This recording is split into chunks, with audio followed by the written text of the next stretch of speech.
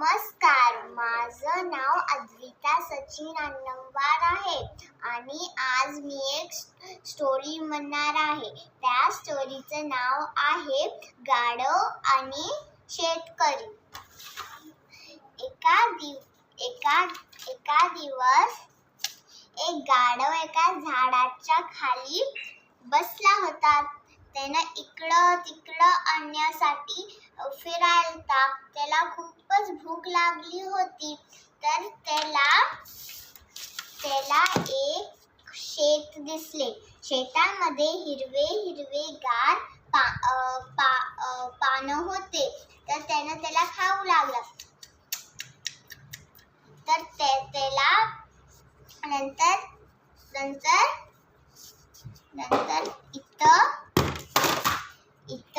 इथं एक शेतकरी आला.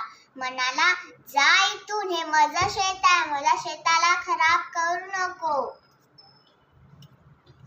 तर त्याला पळून गेला. नंतर त्याने याच झाडाच्या खाली वापस आला. म्हणाला, मला तर खूपच भूक लागली आहे, थोडंसं पण खाऊ दिलं नाही या शेतकरीने. नंतर त्याला इकडं वाघची खाल भेटली. त्याला एक आयडिया आली की मी या वाघच्या खालला घातलो तर मला या शेतकरी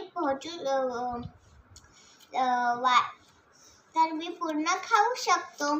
तर त्यानं हिला घालून घेतला. नंतर त्यानं या शेतात वापस गेल्यानंतर ह्याला इथं खाऊ लागला.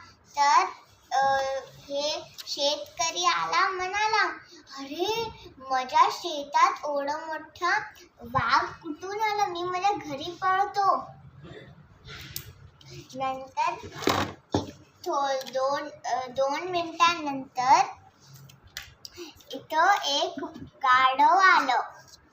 नंतर त्यानं गाणं गाऊ लागला त्याच्या बाजूला, ढॅचू ढॅचू ढॅचू. नंतर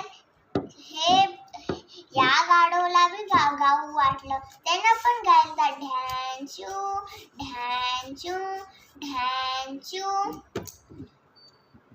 नंतर दोघं मिळून गाणे गाऊ लागले, ढॅचू ढॅचू. नंतर काय की शेतकरी बघला, अरे, हे तर गाढव नाही, हे तर वाघ नाही, ते तर गाढव आहे. तर दोघांना पण हकलून टाकला. नंतर ती गेली. मॉरल ऑफ द स्टोरी, आपण कोणाची पण नकल करू नये. जसे आहोत तसेच राहावे. Thank you. बाय.